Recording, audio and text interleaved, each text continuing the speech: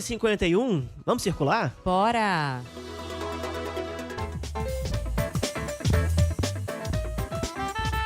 Circulando, com Ronald Vilardo.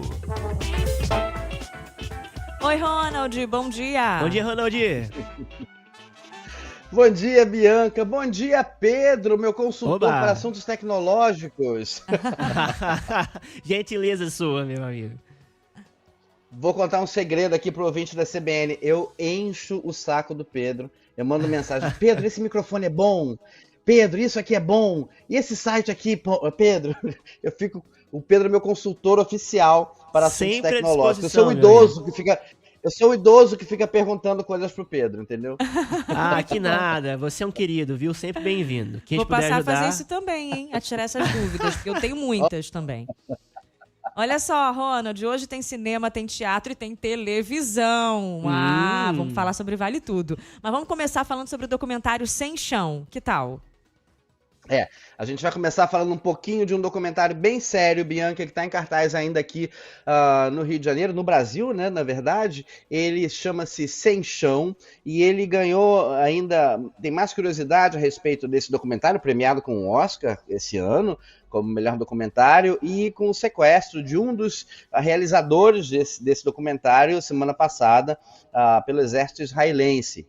É uma história que, felizmente, aí ele foi liberado logo depois, uma história que a gente tem várias coisas estranhas a respeito dessa história, mas o fato é que o documentário Sem Chão é um documentário que trata, evidentemente, do conflito Israel-Palestina nesse momento, a partir da integração de dois ativistas, um israelense e um palestino. A gente vê aí, quem está no YouTube está vendo algumas cenas do documentário aí na tela, a gente ouve também um pouquinho do som no background. Não vou deixar aqui o trailer tocando porque está em hebraico, acho que vai ser difícil para a maior parte das pessoas entender, mas ele é um documentário que mostra muito bem os dois lados da história. Eles foram ovacionados no Oscar, não por acaso, porque esse documentário traz dois pontos de vista muito interessantes a respeito desse conflito Israel-Palestina, que é absolutamente complexo, tem várias camadas, para o qual não existe uma solução simples, né? As pessoas tentam dar soluções simples para problemas complexos, né? Esse é um problema complexo, para o qual realmente as soluções são realmente muito difíceis e ainda assim, né, as pessoas ainda pioram tudo com um governo lá que não quer abrir mão daquela guerra sangrenta. Bom, para entender melhor esse conflito, fica aí a minha recomendação, documentário Sem Chão, ainda em cartaz aqui no Brasil. Muito bem, Ronald. Temos um outro filme aqui para indicar para o nosso ouvinte, Câncer com Ascendente em Virgem. Conta pra gente. Esse já é para rir um pouquinho, porque a gente tem a direção da Rosane Svartman, da sensacional Rosane Svartman. Você é fã também, né? Eu sou muito fã da Rosane Svartman. Roteiro da Susana Pires. A gente está falando do filme Câncer com Ascendente em Virgem, que conta a história da Clara, que é a Susana Pires, que é uma das roteiristas, né? Que está lá vivendo a sua vida, ela é professora de matemática, em algum momento ela tem o diagnóstico de câncer de mama. E aí o que acontece a partir disso? E esse filme, a própria Susana Pires disse outro dia aí, é um filme para você rir, é para você pensar, mas é para você rir também. Não é para você ter medo do filme, não é para você achar que você vai falar de câncer, porque ele tem um tom para falar de câncer que é mais ou menos esse que a gente vai ver no trailer. A minha vida tava certinha que nem passo de dança. Uma vida sem grandes tropeços. Dizem que desgraça nunca vem sozinha. Quando vem, traz a turma toda. Clara? Entendeu o que eu falei? Câncer de mama.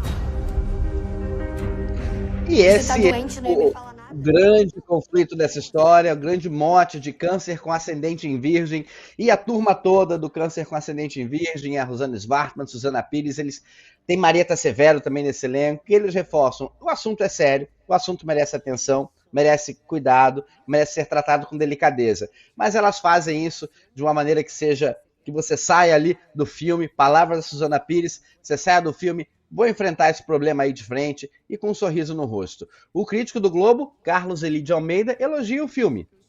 Palavras do Carlos Eli. É um filme que celebra a empatia, a esperança, sempre com um sorriso no rosto, olha o que eu falei aí, e que mantém um diálogo fácil com um grande público. Palavras do crítico do Globo, Carlos Eli de Almeida. Para ler a crítica completa, vai lá no site do Rio Show. Câncer com ascendente em Virgem, em cartaz nos cinemas. Boa. Peça de teatro, Freud e o Homem dos Ratos. Eu fui assistir esse espetáculo semana passada, Bianca, ele está em cartaz, no Teatro Vanucci, só às quintas-feiras, até o dia 8 de maio. E o Homem dos Ratos, para o pessoal que estuda psicologia, é um caso muito famoso do Freud. É tipo o Gay Talese para os jornalistas, sabe, Bianca? Todo mundo conhece. Então a galera que estuda a psicologia conhece bem o caso do Homem dos Ratos. Por isso também a sessão estava lotada de muitos psicoterapeutas. E esse espetáculo, Freud e o Homem dos Ratos, tem em cena 2 atores, um deles o dono da companhia de teatro, que é o Antônio Quiné, que interpreta o Freud, e o outro ator, que é o Igor O Coelho, que interpreta esse paciente que tem esse problema aí, que vai falar nas suas consultas com Freud. Os dois, olha que legal, os dois são psicanalistas. O Antônio Quiné, inclusive, é professor de psicanálise e também ator. Aí eu perguntei para o Igor O Coelho, que interpreta o Homem dos Ratos, o homem que tem esse problema aí com os ratos, que momento aí ele resolveu fazer essa transposição, né, de psicanalista para ator? Como é que é essa relação dele de psicanalista e também sendo ator e estando em cena lá no Teatro Vanucci? Foi isso que ele me respondeu. Olha, no meu caso, o ator só foi possível por causa da psicanálise. Eu sempre quis ser ator, desde criança. E quando criança eu era muito feliz, né, inventando teatrinhos, brincando disso, fazendo espetáculos para a família, para escola.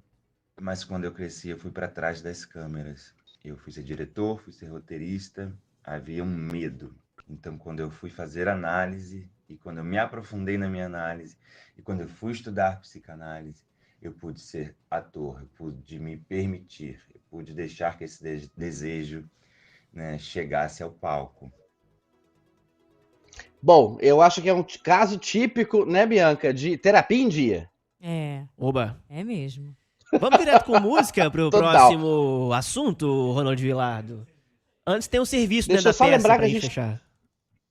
Então, a gente tem Freud, o Homem dos Ratos, e queria lembrar só o ouvinte da CBN que está no Teatro Vanucci, só às quintas-feiras, 20h30. Recomendo aí fortemente. Boa. Shopping da Gávea. Beleza, boa.